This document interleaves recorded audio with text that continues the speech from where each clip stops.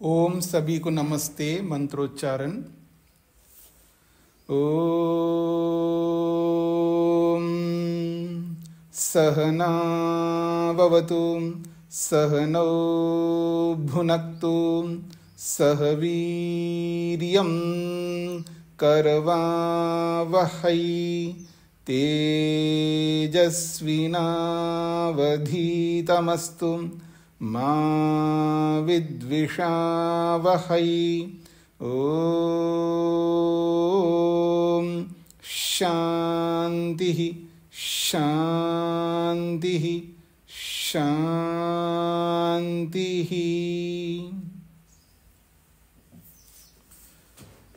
शतपथ ब्राह्मण की कक्षा संख्या 65 है। छठे अध्याय की तीसरे ब्राह्मण को हमने पूरा किया है।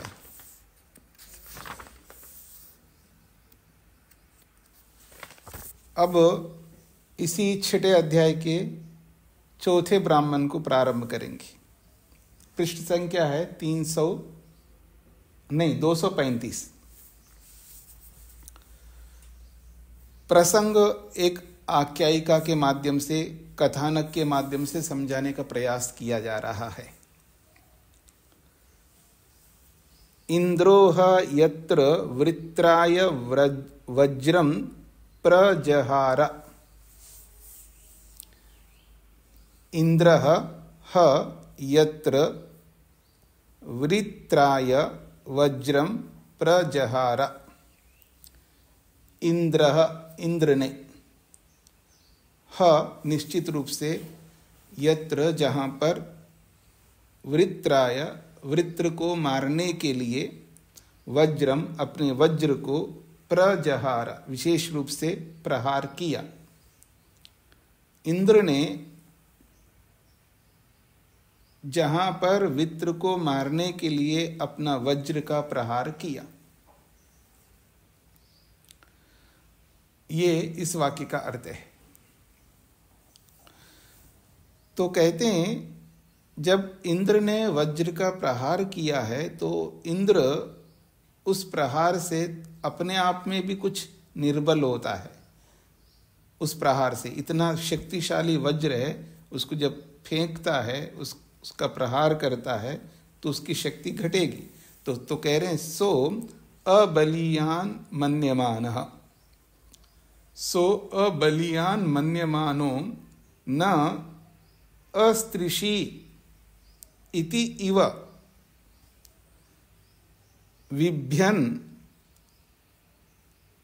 बिभ्यन होना चाहिए। हाँ, बिभ्यन निलियान चक्रे सह अबलियान मन्यमानः।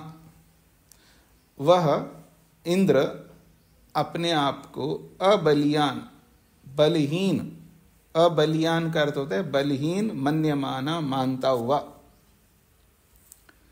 न अस्त्रिषि,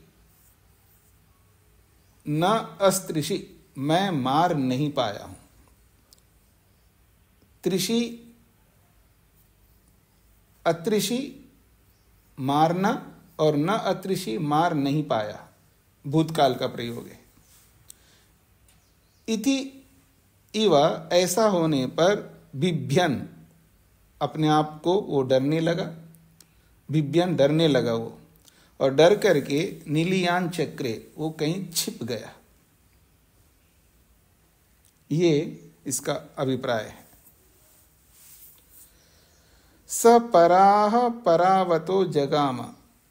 सह वो इंद्र जो है, परा दूर, परावता दूर से भी दूर, पराह परावता दूर से भी दूर, जगाम निकल गया, इतना दूर हो गया कि वो अपने आप छिप गए, ऐसा माना जाएगा। देवा ह वै विदान चक्रु। हाँ वही, निश्चित रूप से देवा, देवों ने, विदान चक्रु इस स्थिति को जान लिया। अर्थात इस प्रक्रिया को जो इंद्र ने वृत्र को मारने के लिए प्रयास किया वो नहीं मार पाया और वो दूर भाग गया या दूर से दूर चला गया, इस बात को देवाः वै विदां चक्रु, देवों ने जाना।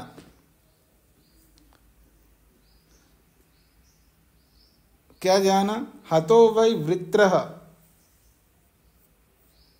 अथ इंद्रो न्यलेष्ट इति।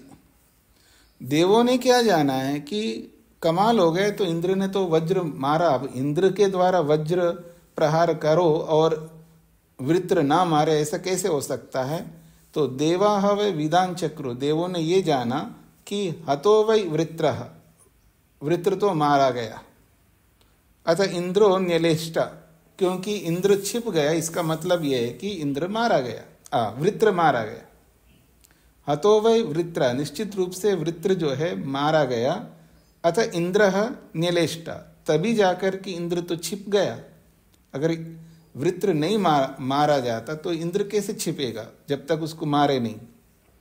तो इंद्र छिप गया, इसका मतलब है वृत्र मारा गया, ऐसा इंद्र देवों ने जाना, ये इसका तात्पर्य है। तम अन्वेष्टुम दध्रिरे, उस इंद्र को अन्वेष्टुम ढूंढने में दध्रिरे लग गए देवलोग। जब ढूंढने लगे तो कौन ढूंढने लगे देवों में? तो कहते हैं देवानाम अग्नि, ऋषीनाम हिरण्यस्तूपः, छंदसाम ब्रियति। अग्नि देवानाम, हिरण्यस्तूप ऋषीनाम, ब्रियति छंदसाम। कहते हैं देवों में तो अग्नि और ऋषियों के बीच में हिरण्यस्तूप नामक ऋषि, और छंदों में ब्रियति छंद, ये ढूंढने लगे। अब ये सब ढूंढने लगे तो तम अग्नि अनुविवेद, इन तीनों में से अग्नि ने ही उस इंद्र को ढूंढ लिया। तम अग्नि अनुविवेद, उसको अग्नि ने अनुविवेद, उसको प्राप्त कर लिया, अर्थात ढूंढ लिया। और तेन एताम रात्रिम सह अजगामा, उस इंद्र के साथ एक रात्रि भी निवास किया अग्नि ने। तेन एताम रात्रिम सह अजगामा, उस इंद्र के साथ एक रात को, यानी एक रात वो ठहर गया। स वै देवानां वसु वीरो ही येषाम्, स वै, वो जो अग्नि है वो देवों के लिए वसु है, देवों को बसाने वाला है।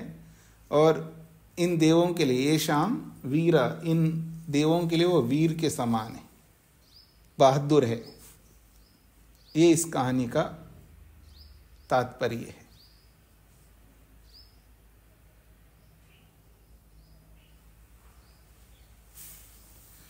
तो कुछ स्पष्ट हो रहा है जी? आप लोगों को क्या कहना चाह रहे हैं? आप में से कोई बताएंगे क्या समझ में आया? सदानंद जी। नमस्ते जी। अभी तो उतना नहीं पता चल पाया है, एक बार और स्वाध्याय करने पे पता चलेगा। जी जी जी। तो ये बौद्धिक चीजों को ध्यान में रख करके बताया जा रहा है, क्योंकि याज्ञिक प्रक्रिया पूरी जो है सृष्टि प्रक्रिया को समझाने के लिए है। जितने भी याग होते हैं, दुनिया भर के जितने भी याग है, ये सारे के सारे याग जो है किसी न किसी रूप में सृष्टि विद्या को समझाते हैं। एक बात। दूसरी बात यह है कि इस सृष्टि विद्या को समझाने की जो प्रक्रिया है, ब्राह्मणों में, उपनिषदों में, आरण्यकों में, ये अभी इतना विस्तृत नहीं है बताने की प्रक्रिया। इसमें शास्त्रों में तो अपने मूल रूप में तो है ही, पर इसको विस्तार से समझाने की जो प्रक्रिया है वो लुप्त सी हो गई है, वो लुप्त सी हो गई। इसलिए याज्ञिक प्रक्रिया में बस केवल क्रिया क्रिया मात्र करके इतिश्री कर लेते हैं। अब प्रक्रिया विस्तृत से समझाने की प्रक्रिया जब लुप्त हो जाती है तो क्या परिस्थिति आती है उसका उदाहरण देता हूँ। जैसे आजकल शादियां करते हैं, तो शादी की जो प्रक्रिया है, जिस तरह का प्रक्रिया से शादी करनी चाहिए उस प्रक्रिया से शादी नहीं करते। बस वो ऐसा मंत्र बोल देते हैं, आज हो गए जी, पेहरे हो गए और मंगलसूत्र बांध दिया, ये हो गया, अब हो गया, शादी हो गई। तो प्रक्रिया जब विस्तार से समझाने की प्रक्रिया बंद होती जाती तो अंध परंपरा चल पड़ती है। अब केवल उसमें जो क्रिया है ना, बस उस पर ध्यान दिया जाता है और मुख्य चीजें जो है वो छूट जाती हैं। इसलिए शादी का मतलब शादी करने वालों को समझ में नहीं आता है, बाकियों को क्या समझ में आए। तो ऐसी प्रक्रिया यही आजिक प्रक्रिया हो गई। अब परंपरा से जब तक हमको बताने वाले नहीं मिले तो हमको भी क्या समझ में आएगा। इसलिए बहुत सारी बातें इसमें स्पष्ट नहीं होती है। बस केवल इतना ही लगता है कि इंद्र जो है वृत्र को मारा है। अब इंद्र से आप सूर्य को ले लो, वृत्र को जो है बादल को ले लो। अब अपने ढंग से जो भी प्रक्रिया आप लगा सकते तो लगाते जाओ। खोज करने की बात है कि क्या वास्तविक अर्थ है और क्या कहना चाहता है ये धीरे धीरे इस पर लगे रहेंगे वर्षों तक, तब समझ में आएगा।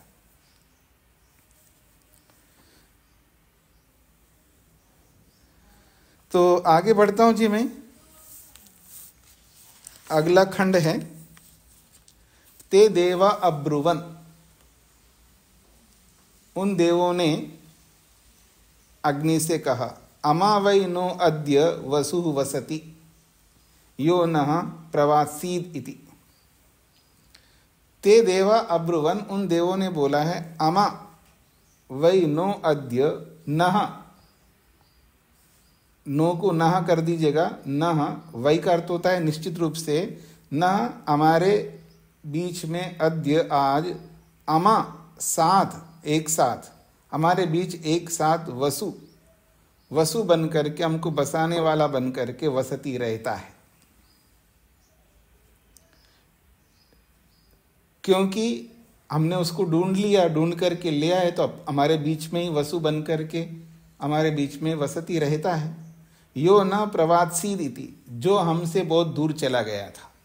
ये जो इंद्र है जो हमसे बहुत दूर चला गया था, अब जो है हमारे बीच में रह रहा है, वसु बन करके रह रहा है, हमारे को धारण करने वाला बन करके रह रहा है।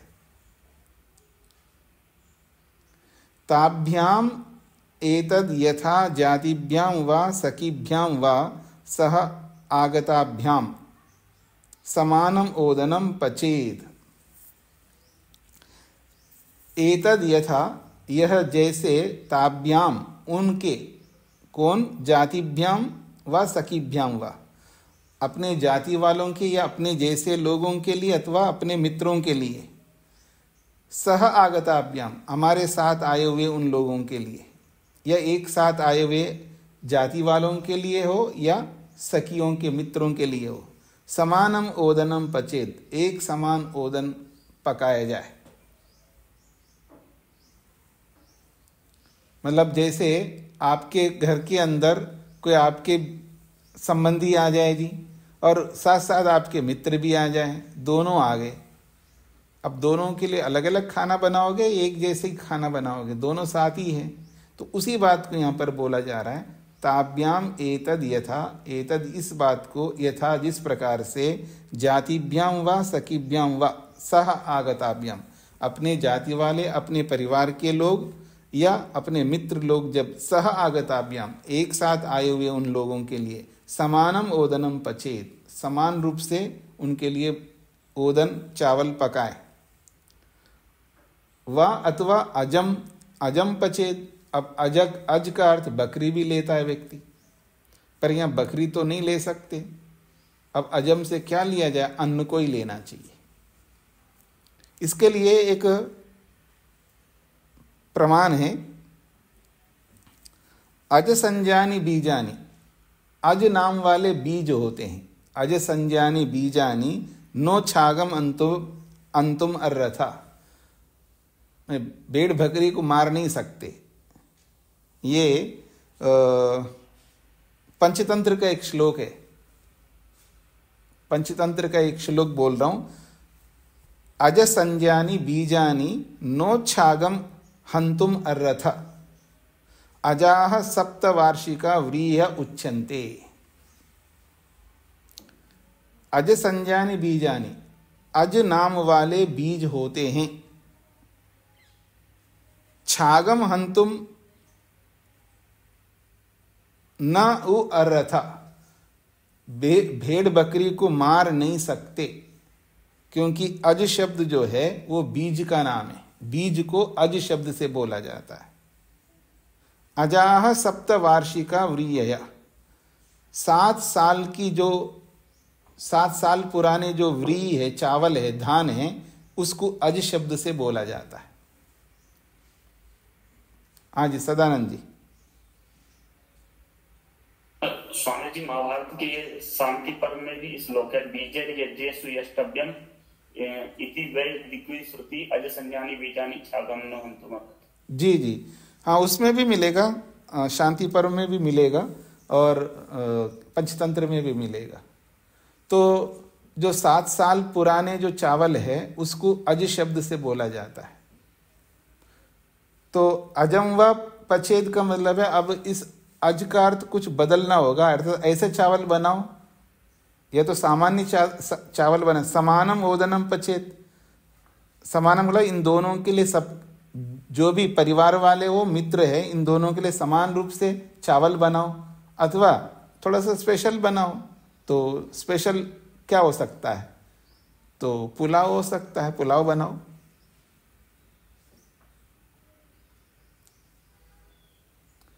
तद मानुषम हवि, ये मनुष्यों को देने वाली हवि है। तद मानुषम हवि,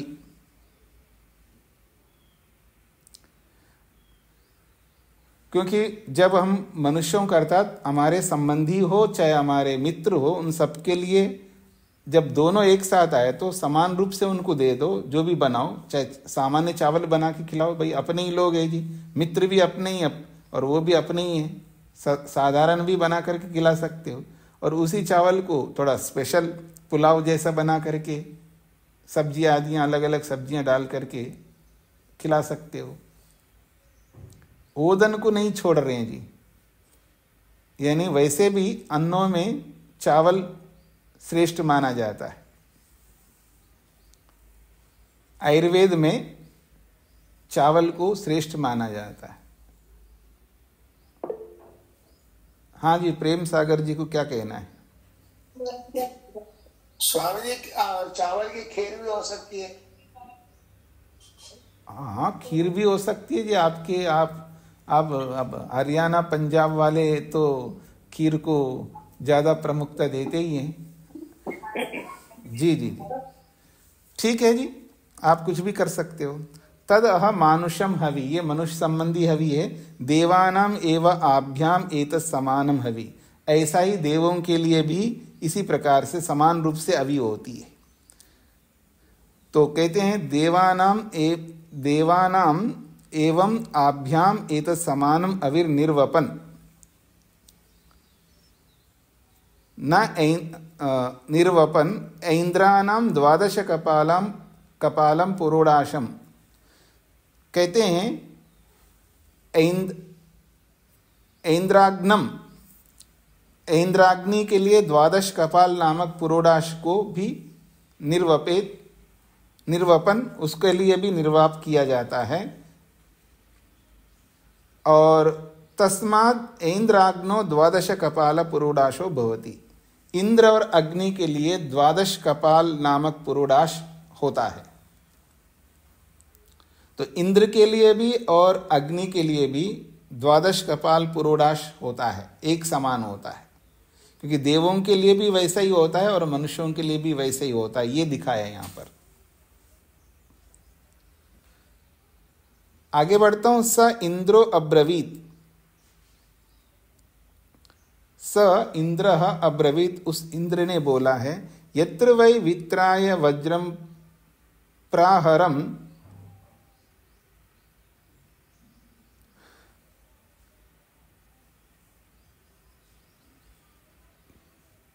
तद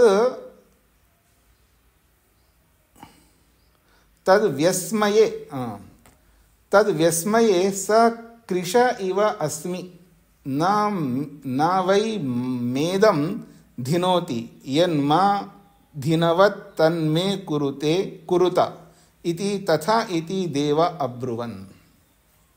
स इंद्रो अब्रवीत, वह इंद्र ने बोला है, यत्र वै वृत्राय वज्रम प्राहरम, जिस स्थान पर वृत्र को मारने के लिए वज्र का प्रहार किया, तद व्यस्मये,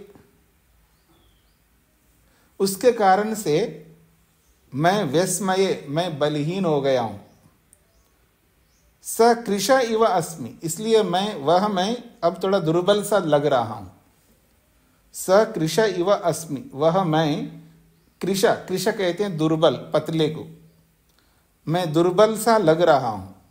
न वै मेदम धिनोति, न वै मेदम धिनोति, मेरे पेट के लिए आप कुछ भी डालो तो वो केवल मेदम धिनोति, वो पेट को ही बढ़ा देगा, पेट ही भर जाएगा। माँ इदम भी कर रहे हैं कुछ लोग, इसको मेदम भी कर रहे हैं। यही संस्कृत की विशेषता है। देखिएगा, मेदम में मेद को बढ़ाने वाला होगा, मैं तृप्त नहीं हो पाऊंगा। अथवा माँ इदम धिनोति, मुझे ये तृप्त नहीं करेगा। माँ इदम धिनोति, मुझे ये तृप्त नहीं करेगा।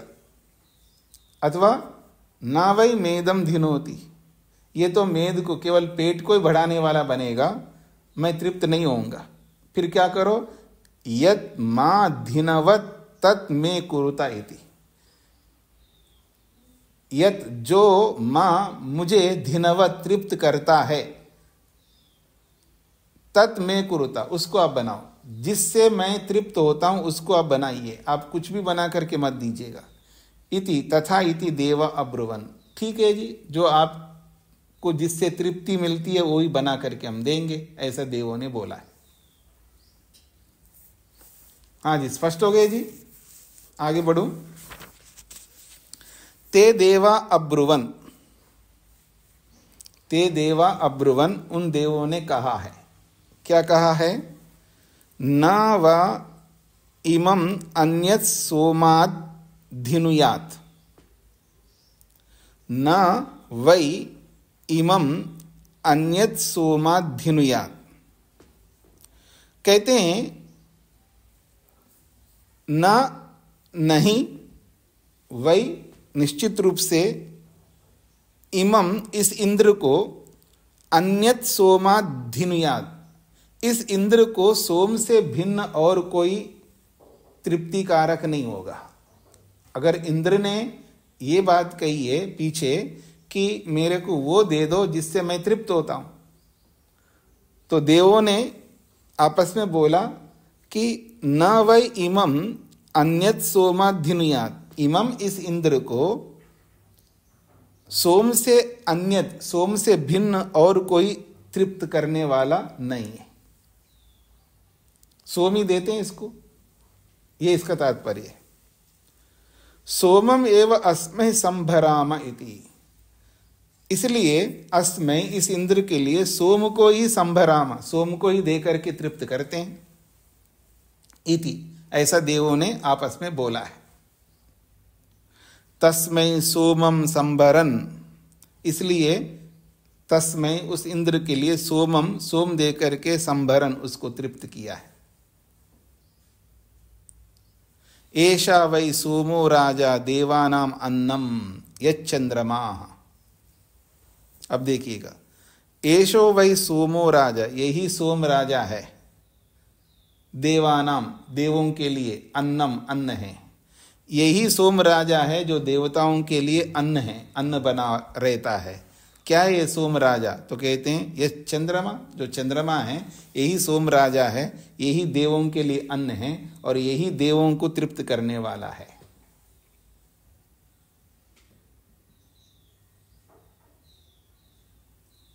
स्पष्ट हो गया जी। देखिएगा, देवों को तृप्त करने वाला चंद्रमा है,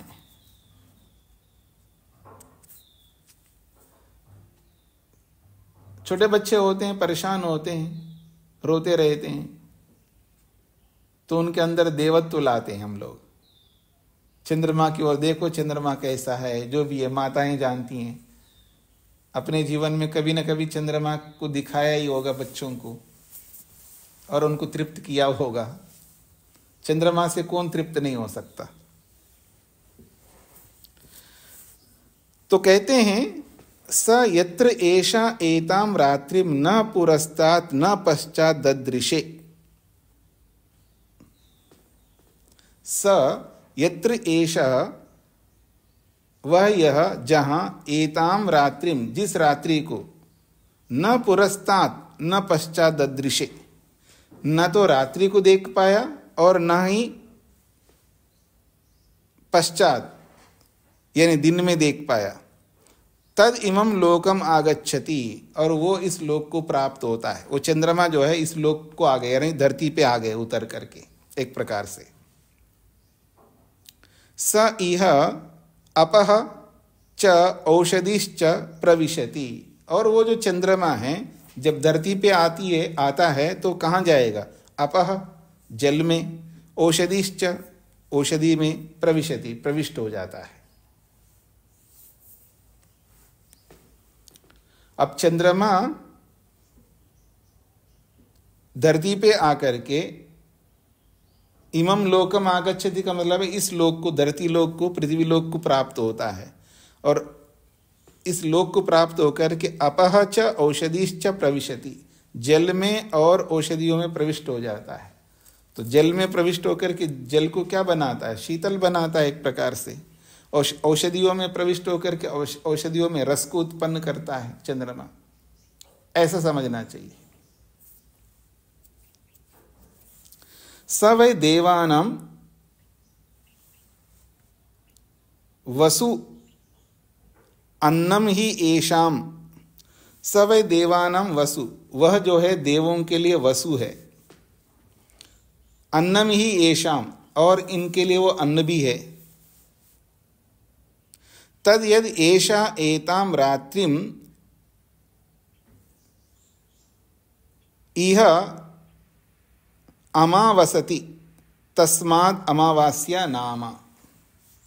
कहते हैं तद यद एषा एताम रात्रिम इह अमावसति, वह यह जो चंद्रमा है, एताम रात्रिम उस रात्रि को, इह अमावसति इस धरती लोक पर आकर के, वसति बसता है, रहता है, तस्मात् अमावास्या नाम, इसलिए उसको अमावास्या नाम से बोला जाता है।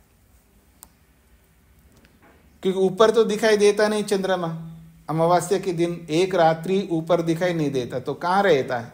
अलंकारिक वर्णन है वो यह लोक में, इस धरती लोक में आकर के बसता है, जल में रहता है, औषधियों में रहता है, और इन सब को वो पुष्ट करता है। तो जिस रात्रि में इस धरती लोक में आकर के बसता है, तस्माद अमावास्या, उसको अमावास्या कहते हैं।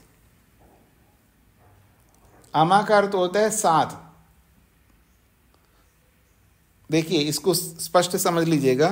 तद एषः, वह यह चंद्रमा, एताम रात्रिम उस रात्रि को, इह इस संसार में अर्थात इस धरती पर, अमावसति, अमा का मतलब है साथ, उस रात्रि को हमारे साथ वसति रहता है। तो चंद्रमा जिस रात्रि को हमारे साथ रहता है, तो अमा का मतलब साथ, और वसति को तो रहना कहते हैं, तो वस धातु को यहाँ पर जोड़ दिया, अमा वस अमावस्या। तो जिस रात को हमारे साथ वो निवास करता है चंद्रमा, उस रात को अमावास्या कहते हैं, ये इसका तात्पर्य। हाँ जी, कुसुम जी। स्वामी जी नमस्ते। हाँ जी स्वामी जी, हिंदी में तो ये दे रखा है कि सूर्य चंद्रमा दोनों एक साथ रहते हैं अमावस्या के दिन, इसलिए इसका नाम अमावस्या है। ठीक है जी, ऐसा समझ लीजिएगा।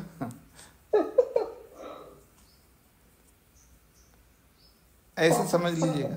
तो गलत भी लग रहा है एक तरह से कि सूर्य से तो परावर्तित होकर के तो किरणें आती हैं इस पे, तो फिर वो चमकना चाहिए। किसको चमकना चाहिए? चंद्रमा को उस दिन, अमावस्या के दिन।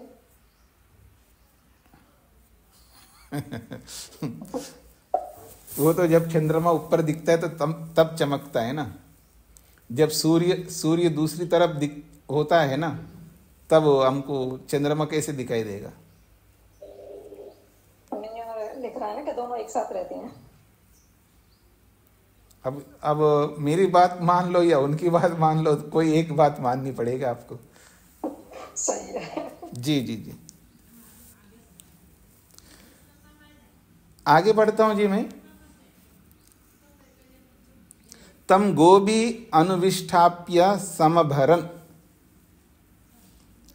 तम गोभी ही अनुविष्ठाप्य समभरन, तम उस सोम को गोभी, गोभी का मतलब यहाँ पर गायों से नहीं, गोभी का मतलब गायों का जो दूध है उसको भी गो बोला जाता है।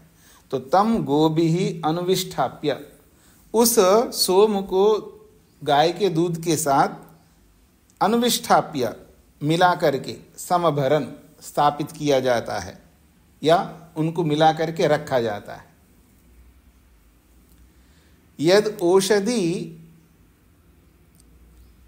अश्नन तद औषधिभ्यः, यद औषधि अश्नन, जब औषधियां खाई जाती है, तद औषधिभ्यः यद अपह अपिबन।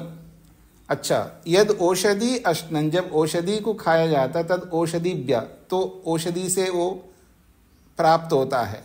यद अपह अपिबन, जब जल को पिया जाता है, तद अद्भ्य, तब वह जल से प्राप्त होता है। जब इसको इस तरह भी समझ सकते हैं आप,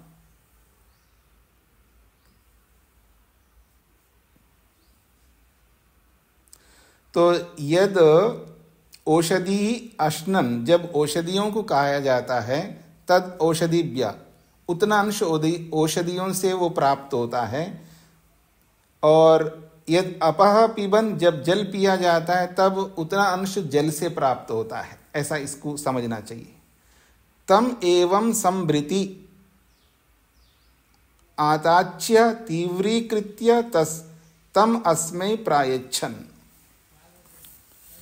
अच्छा, तो ये कहना चाह रहे हैं जी, जो औषधियों को खाकर के, औषधियों से जो रस प्राप्त होता है, जो जल को पी करके, जो जल से जो भी अंश, क्या बोलते, जल को पीने से जल से जो ऊर्जा प्राप्त होता है, तम एवं संभृति आताच्य, उन सबको एक साथ मिला करके, तीव्रीकृत्य, उसको और तेज बना करके, तम अस्मै प्रायच्छन्, उसको इस इंद्र के लिए प्रायच्छन दे दिया है।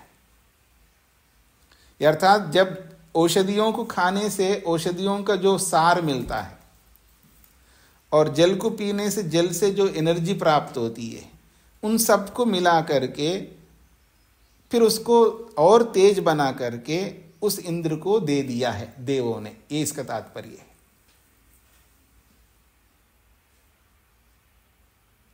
हाँ जी, ये स्पष्ट हो गया आप सबको?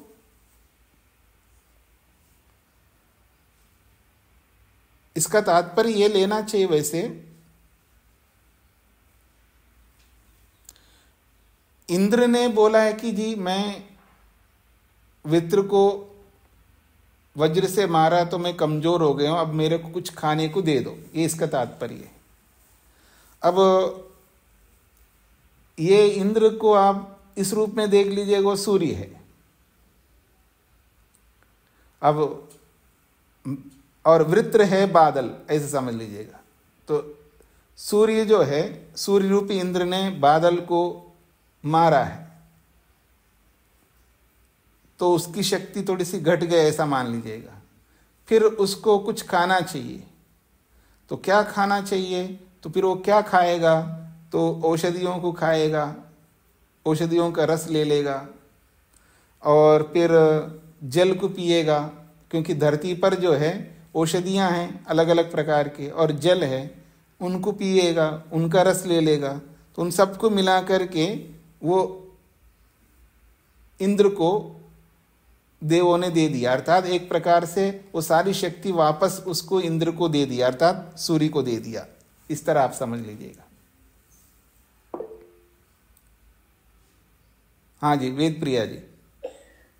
स्वामी जी ऐसे लेंगे ना इसको, इंद्र ने, सूर्य रूपी इंद्र ने वृत्र रूपी बादल को प्रहार किया जी, तो ऐसा बारिश हुई और औषधियों में जल गया और वही वापस इवेपोरेट होकर ऊपर सूर्य को वापस मिल गया इंद्र को। नहीं, ऐसा समझ सकते हैं, लेकिन यहाँ तो एक बीच में देवों को भी जोड़ा है ना, तो देवों को भी जोड़ा है, तो साथ में देव लोगों से भोजन मांगा इंद्र ने। तो ये जो देव है वो अलग अलग प्रकार के देव होंगे, पानी होंगे या जो भी होगा।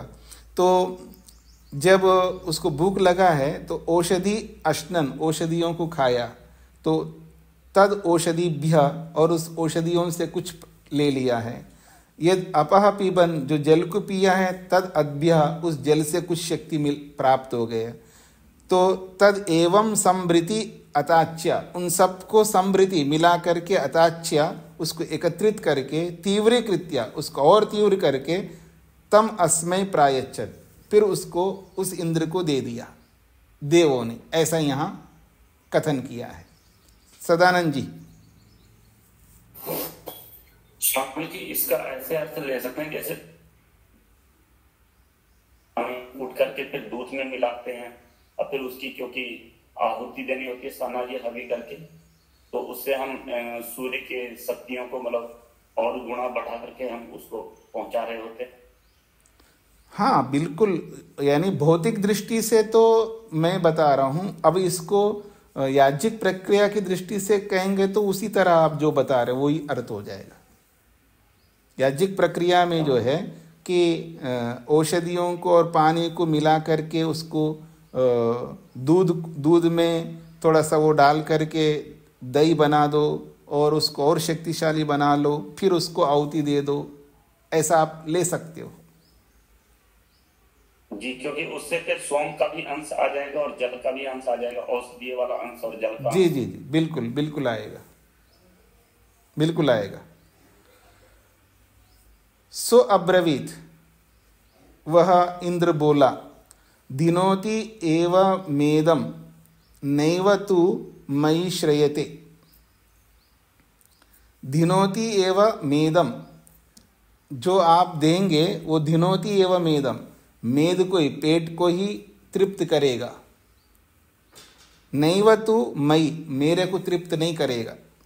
श्रयते त इदम मयि श्रयातै तथा उपजानीत इति तम श्रितेन एव आश्रयन्। तो कहते हैं दिनोति एव मेदम नैव तु मयि श्रयते, ये तो पेट को ही तृप्त करेगा, नैव तु मयि श्रयते, ये मेरे को प्राप्त नहीं होगा।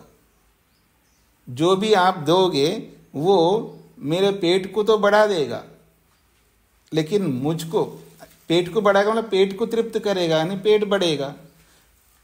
नैव तु मयि श्रयते, ये मुझको प्राप्त नहीं होगा, मुझको तृप्त नहीं करेगा। यथा इदम मयि श्रयातै, ऐसा करो जिससे मुझे तृप्त कर सके। तथा उपजानीता,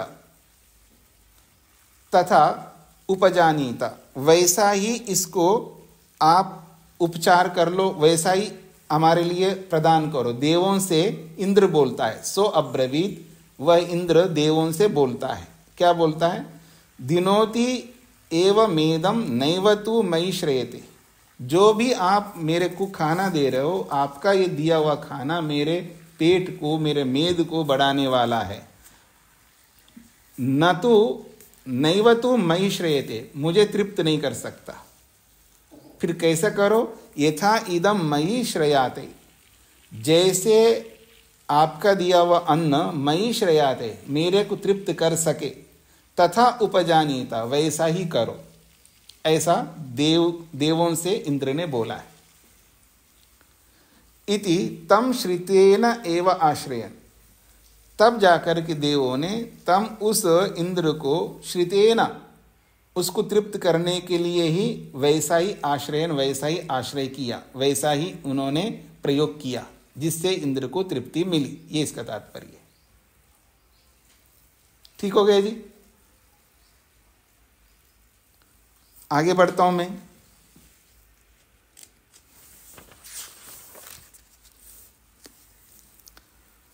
आगे है तद वा एतत् समानम एव सत्पयः, तद वै एतत् समानम एव सत्पय एव सद इंद्रस्य एव सत् तत्पुनः नाना इव आचक्षते। दूध को लेकर के वैसे एक बात कही जा रही है कि तद्वै एतत् समानम एव सत्पयः, वह यह एक समान रूप से पय, दूध ही दूध है, चाहे दही बोलो आप दूध बोलो, वो समान ही है, वो दूध ही तो है, ये कहना चाह रहे हैं। तद्वै एतत् समानम एव सत्, वह यह समान रूप से पय सत्, दूध होता वही,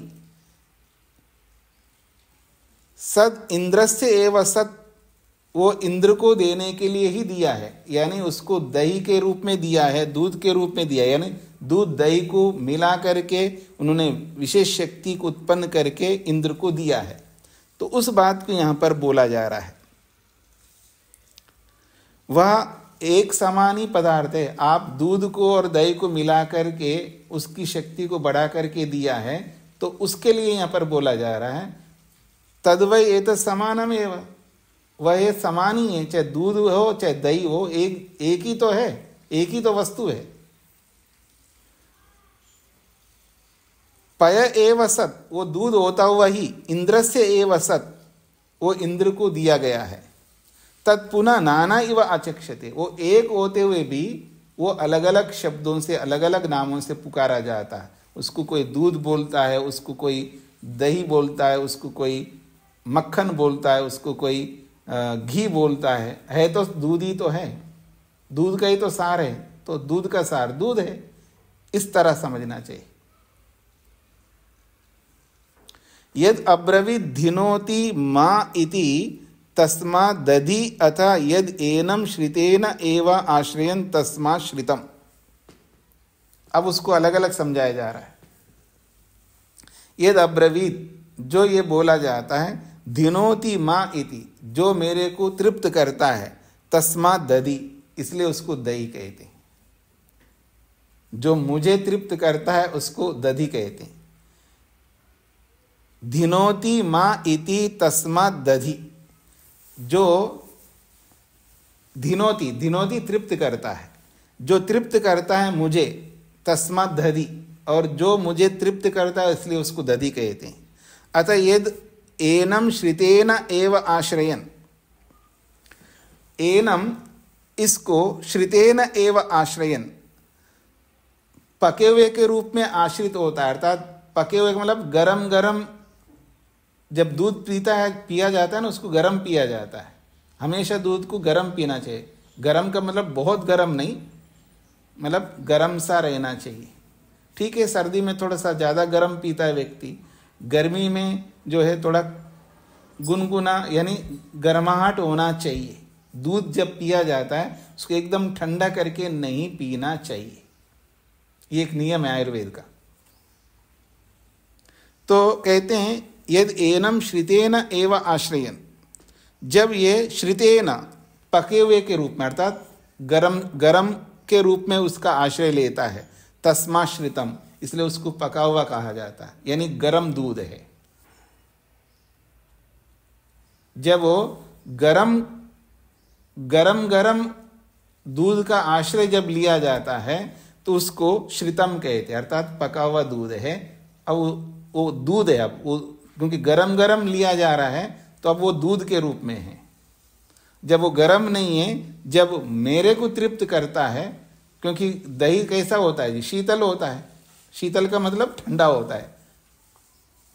शीतल का मतलब वो आयुर्वेदिक भाषा में शीतल नहीं समझना है।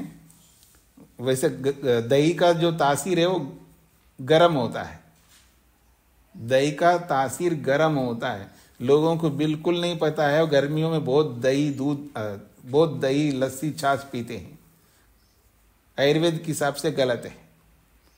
दही का तासीर गर्म होता है, इसलिए गर्मी में नहीं खाते। कभी कभी खाए तो चलेगा, तो रोज नहीं। वैसे भी दही को रोज किसी भी ऋतु में नहीं खाना होता है।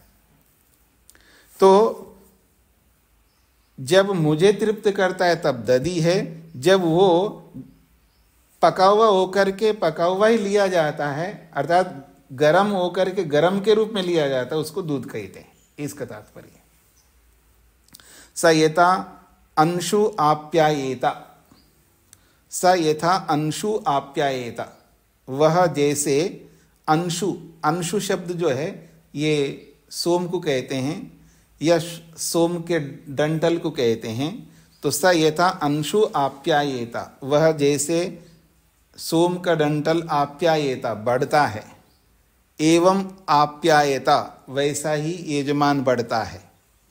जैसे वो सोम का डंठल या सोम का जो डंठल ही कह सकते हो, जैसे वो सोम का डंठल बढ़ता है, एवं आप्यायता वैसा ही यजमान बढ़ता है। अपपापमानम, अपपापमानम अपने पाप को दूर करता है। हरिमानम अहता, अरिमानम अहता, अरिमानम रक्त विकार का एक रोग होता है। अरिमानम एक रक्त विकार का रोग है, उसको अरिमानम शब्द से बोला है। तो अरिमानम अहता वो रक्त विकार को भी दूर करता है। एष उ अमावास्यस्य बंधु, ये जो प्रक्रिया बताई है पीछे से कि चंद्रमा जो है इस धरती पे आकर के पानी में औषधियों में निवास करता है, एक रात हमारे साथ इस धरतीलोक में निवास करता है, इसलिए अमावास्या है। तो कहते हैं उसी के लिए बोला जा रहा है एष उ अमावास्यस्य बंधु, ये अमावास्या का बंधु है। ये जो हम दर्शेष्टि करते हैं, ये दर्शेष्टि जो है अमावास्या का बंधु है। स यो ह एवं विद्वान सन्नयति, वह यह जो विद्वान है इस प्रकार से सन्नयति दूध और दही को मिलाता है। एवं ह एव प्रजया पशुभि आप्यायते, जो विद्वान इस प्रकार अमावास्या के बंधु को दर्शेष्टि यज्ञ को करता है, वो विद्वान निश्चित रूप से सन्नयति, वो भी दूध दही को मिलाने वाला होता है, दोनों का कॉम्बिनेशन ठीक रखने वाला होता है।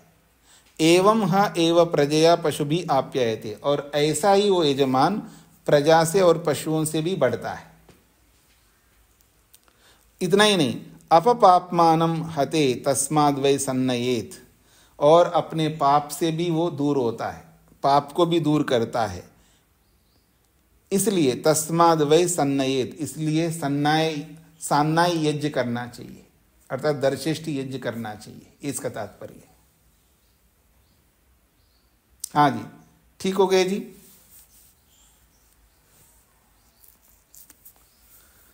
दर्शेष्टि यज्ञ सान्नाय, इसमें सान्नाय का प्रयोग किया गया है, दूध और दही को मिलाने की बात कही है, और दूध और दही को मिला करके उसकी शक्ति को बढ़ा करके इंद्र को देना चाहिए, इंद्र देवता को देना चाहिए हवन में, ये इसका तात्पर्य है।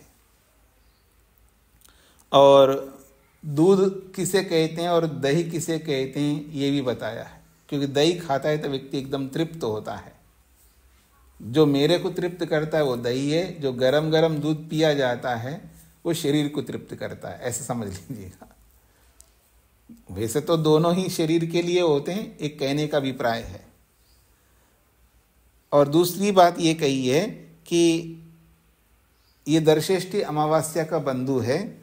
जो विद्वान इस दर्शेष्टि यज्ञ को सान्नाई के माध्यम से करता है, जैसे सोमलता बढ़ता है या सोमलता बढ़ती है, यथा अंशु आप्यायेता, जैसे सोम बढ़ता है वैसा ही ये यजमान भी बढ़ता है, वो भी अपने जीवन में आगे बढ़ता है। किससे बढ़ता है? प्रजा से और पशुओं से। यजमान के पास प्रजा भी होनी चाहिए, पशु भी होनी चाहिए, नहीं तो गृहस्थी का कोई अर्थ नहीं होता है। शादी करके भी प्रजा नहीं है, क्योंकि शादी का एक बहुत बड़ा प्रयोजन है प्रजा का, और प्रजा ही नहीं है तो गृहस्थ किस बात का है। अब क्या करें जी, बच्चे नहीं हो रहे हैं तो ले आओ ना, बहुत बच्चे दुनिया में, कहीं से ले आओ। और आपको कहीं मिलेगा नहीं तो हमारे पास बहुत बच्चे हैं, ले लो गोद में। ठीक है जी। तो कहने का अभिप्राय है वो यजमान भी प्रजा से और पशुओं से बढ़ता है, और इतना ही नहीं, पाप से भी दूर होता है। इसलिए सान्नाई याग करना चाहिए, दर्शेष्टि याग करना चाहिए। हाँ जी, सदानंद जी। स्वामी जी, जो समर्पण भाष्य में एक इसका प्रसंग ऐसा भी है कि पौर्णमासेष्टि जो है वो संतान उत्पत्ति की पूर्णता, और दर्शेष्टि उससे पूर्व की तैयारी।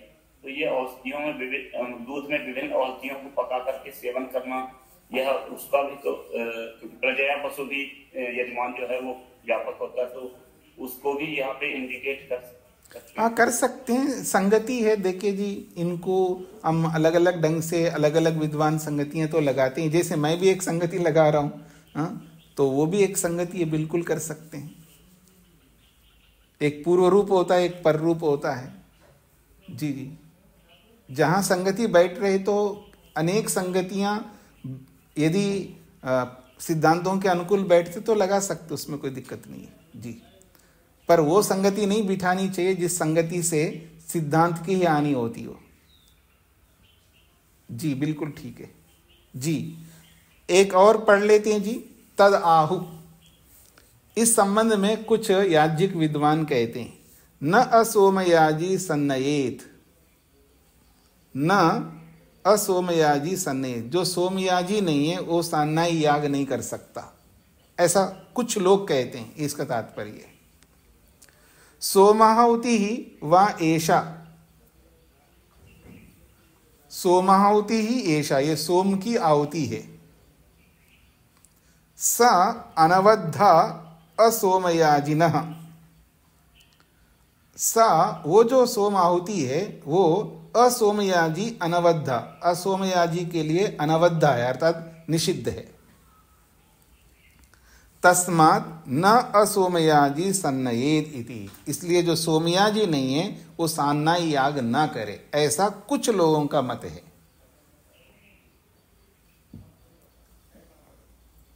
ठीक है जी।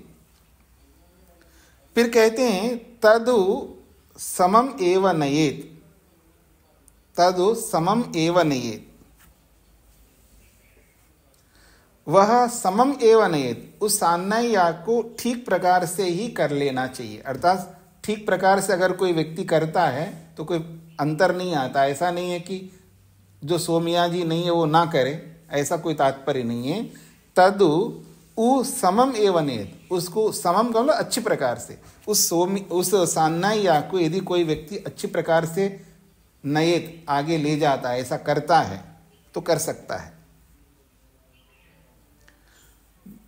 ननु अत्रांतरेण शुश्रुमा सोमेन नु मा याजत, ननु अत्रांतरेण शुश्रुमा, ननु एक प्रश्नवाची है, ननु एक हमारा प्रश्न है, अत्रांतरेण इसी बीच में, शुश्रुमा ऐसा हम सुनते हैं क्या, सोमेन नु मा याजता, सोम के द्वारा निश्चित रूप से मा याजता, मेरे लिए यजन करो, ऐसा यजमान कहता है। सोम के द्वारा मेरे लिए यजन करो, ऐसा यजमान कहता है। अथ मैं एतद आप्यायनम, तब जाकर के मेरे लिए वो आगे बढ़ाने वाला होता है, मेरे जीवन को या मेरे उद्देश्य को, मेरे लक्ष्य को आगे आप्यायनम बढ़ाने वाला होगा।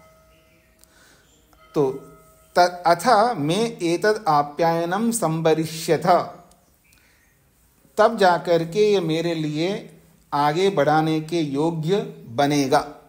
इति एवा इति अब्रवीत, ऐसा यजमान को बोलना चाहिए ऋत्विकों के लिए। न वै मेदम धिनोति यन्मा धिनवत तन्मे कुरुता इति, न वै मेदम धिनोति, ये तो केवल मेद को ही नहीं बढ़ाता है, यद माधिनवत, जिससे मेरे को बढ़ाता है, तद में कुरुता। एक प्रकार से यूं कह सकते हैं, इंद्र भी कह रहा है नावै मेदम धिनोति, वो पेट को ही तृप्त नहीं करता है। यत माधिनवत, जो मेरे को तृप्त करता है, तद में कुरुता, वही मेरे लिए करो। तो जब वो मेरे लिए करोगे तो वो मेद को नहीं बढ़ाएगा, मेद को तब बढ़ाएगा जब मेरे को तृप्त नहीं करेगा।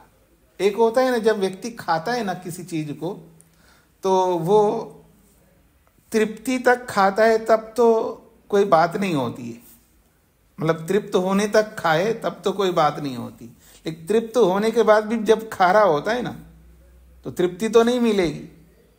फिर क्या होगा? पेट बढ़ेगा या वजन बढ़ेगा, यही तो होगा। तो इसलिए कहते नावै मेदम धिनोति, वो पेट को नहीं बढ़ाएगा। करना क्या है? यत माधिनवत, जो मेरे को तृप्त करता है, तद में कुरुता, बस उतना ही कर लो मेरे लिए, जो मेरे को तृप्त कर सके उतना ही कर लो। तस्मै एतद आप्यायनम संभरन, तब उसके लिए वो बढ़ाने वाला बन सकता है। तस्माद अपि असोमयाजी समेव नयेत। अब देखिएगा, इसीलिए असोमयाजी हो तो भी कोई फर्क नहीं पड़ेगा, असोमयाजी समम एवं नेत, जो सोमयाजी ना हो तब भी वो एक प्रकार से समम एवं नेत, यथार्थ रूप से उसको आगे बढ़ाए, यथार्थ रूप से उस सामनाई याग करे, तो कोई फर्क नहीं पड़ता है। बस देखना ये, जिससे तृप्त होता हो इंद्र, उतना ही करते जाना, उससे मेद नहीं बढ़ेगा, पेट नहीं बढ़ेगा, ये इसका तात्पर्य है। पुष्पेंद्र जी। जी स्वामी जी, ये सान्नाय में दधी और दुग्ध का अनुपात समान होना चाहिए या क्या अनुपात होना चाहिए इसका? समान भी रख सकते, थोड़ा आगे पीछे भी रख सकते, दोनों प्रकार से रखते हैं लोग। समान भी रखते हैं और कम ज्यादा भी रखते हैं। जी जी, लेकिन आप लोग ऐसा कुछ मत करिएगा। आप लोग ऐसा, हाँ, जानकारी के लिए तो ठीक है, लेकिन आप ऐसा कुछ करके आप हवन में डालने लग जाओगे, दैनिक अग्निहोत्र में मुश्किल हो जाएगा। जी जी जी, तो आज इतना ही रखते हैं जी। ओम शांति शांति शांति। सबको नमस्ते जी। हाँ जी, शोभा जी को कुछ कहना था क्या? नमस्ते स्वामी जी। स्वामी जी, ये जो अमावस्या और पूर्णमासी को जो खीर की आहुति दी जाती है, तो वो शायद इसीलिए दी जाती होगी। नहीं जी, ये तो ऐसे लोगों ने बना दिया है, ऐसा कोई नहीं है, खीर की आहुति देने का ऐसा कोई यहाँ पर है नहीं। हाँ जी, लोगों ने जो वैसे भी अमावस्या और पूर्णिमा को जो कोई दर्शेष्टि पूर्णिमा सृष्टि नहीं करते हैं, वो बृहद यज्ञ के नाम से कुछ करते हैं, जो संस्कार विधि में लिखा है।